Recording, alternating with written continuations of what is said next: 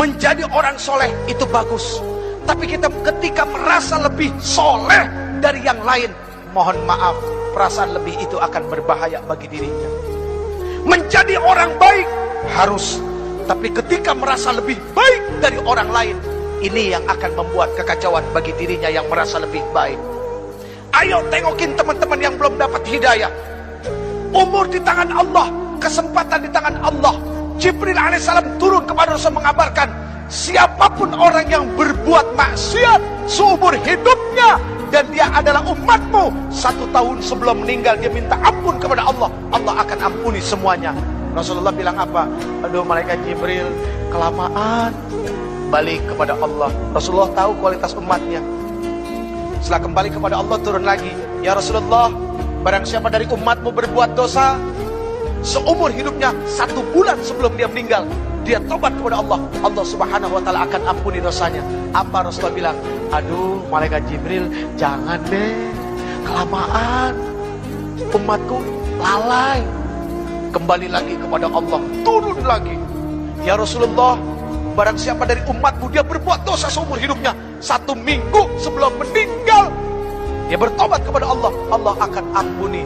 Tapi apa yang dikatakan Rasulullah SAW? Aduh jangan malaikat Jibril, jangan, umatku lalai. Lihat, sayang gak Rasulullah sama kita? Cinta gak Rasulullah sama kita? Akhirnya kembali lagi kepada Allah. Lalu kemudian turun, ya Rasulullah, Allah berkirim salam kepadamu.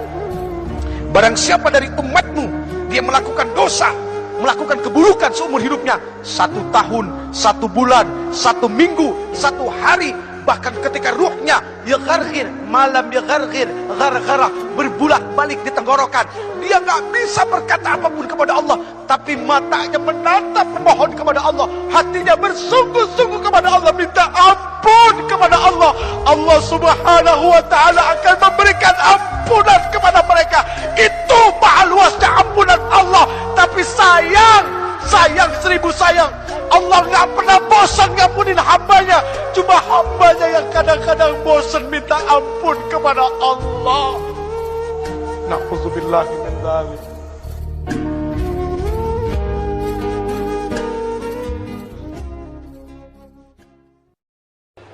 Sebelum kita bicara bertemu dengan Allah, kita akan melalui satu proses kematian.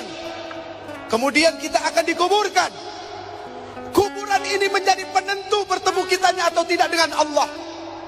Rasul sallallahu alaihi wasallam menyampaikan, al-qabru awwalu manzilin min manazilil akhirah. Kuburan itu adalah tempat pertama dari beberapa tempat yang ada di akhirat. Wa akhiru manzilin min manazilid dunya. Dan kuburan itu adalah tempat terakhir dari beberapa tempat yang ada di dunia.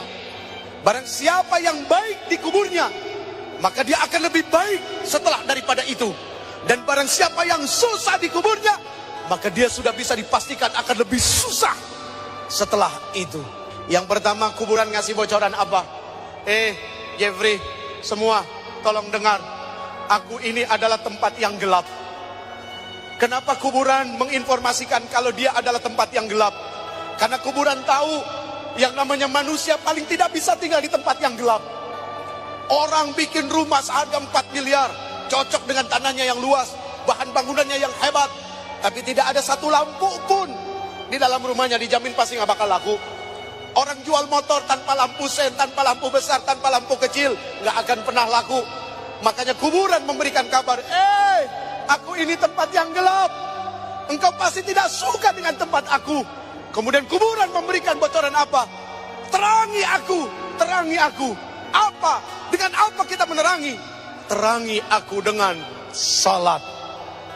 Jadi sudah bisa dipastikan Fit, yang awal tadi ya, kuburannya akan terang. Ini ngomong-ngomong soal salat Fit, ya. Pak, maaf, orang berlomba-lomba bangun masjid sekarang, ya. tapi tidak berlomba-lomba mengisi masjidnya. Akhirnya bangun masjid seperti bikin keranda, tempat ngangkut mayit, habis bikin gak ada yang menempatin. Indonesia tidak kurang dari berapa puluh ribu masjid, ditambah dengan musola, belum di perkantoran-perkantoran, belum di mal-mal. Ini Masya Allah ya. Ayo mumpung masih hidup ke masjid. Minimal kalau jauh, usaha buat di rumah ada tempat sholat. Kita boleh meniru agama yang lain kalau kita bicara baik. Dalam arti meniru ini begini, Fit. Maaf, ini jangan sampai salah ya. Kita lihat ada beberapa agama. Di depannya ada tempat ibadahnya, Fit.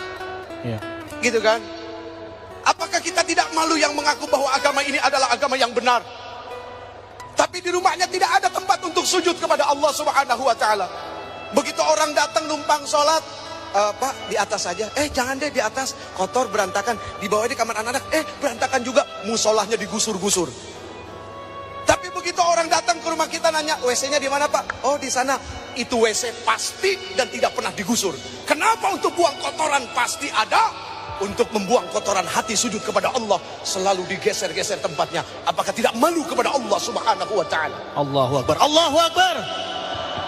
Ada orang, aduh, kalau ngomong orang jadi nyinggung aja ya. Ya pokoknya ginilah, ada rumah besar, WC-nya WC kering, sampai tempat duduknya, Bu, klosetnya harganya 30 juta. Nggak usah kaget, biasa aja ya. Nanti lebih cocok jadi orang miskin daripada jadi orang kaya. Ya. Itu kloset buat tempat buang kotoran 30 juta. Mampu, silahkan. Wajib. Kenapa? Hak dari orang mendatangkan rezeki dari perkara-perkara mahal. Mampu. Cuma kan masalahnya kalau klosetnya aja puluhan juta. Kemudian di rumah itu tidak ada 1 meter pun, 2 meter pun musola untuk sujud kepada Allah Subhanahu wa Ta'ala. Apakah tidak malu kepada Allah? Allah.